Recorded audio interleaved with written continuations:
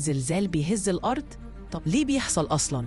مرة واحدة الأرض بتتهز، زلزال. بس استنى كده، هو ليه أصلاً الأرض بتتهز؟ الأرض مش كتلة واحدة، دي عبارة عن طبقات، والطبقة اللي احنا عايشين عليها اسمها القشرة الأرضية، ودي متقسمة لصفايح. الصفايح دي بتتحرك، بس مش بلطف، لأ، ساعات بتتصادم أو بتتزحلق على بعضها، وساعتها بيحصل الضغط، وفجأة بوم، زلزال.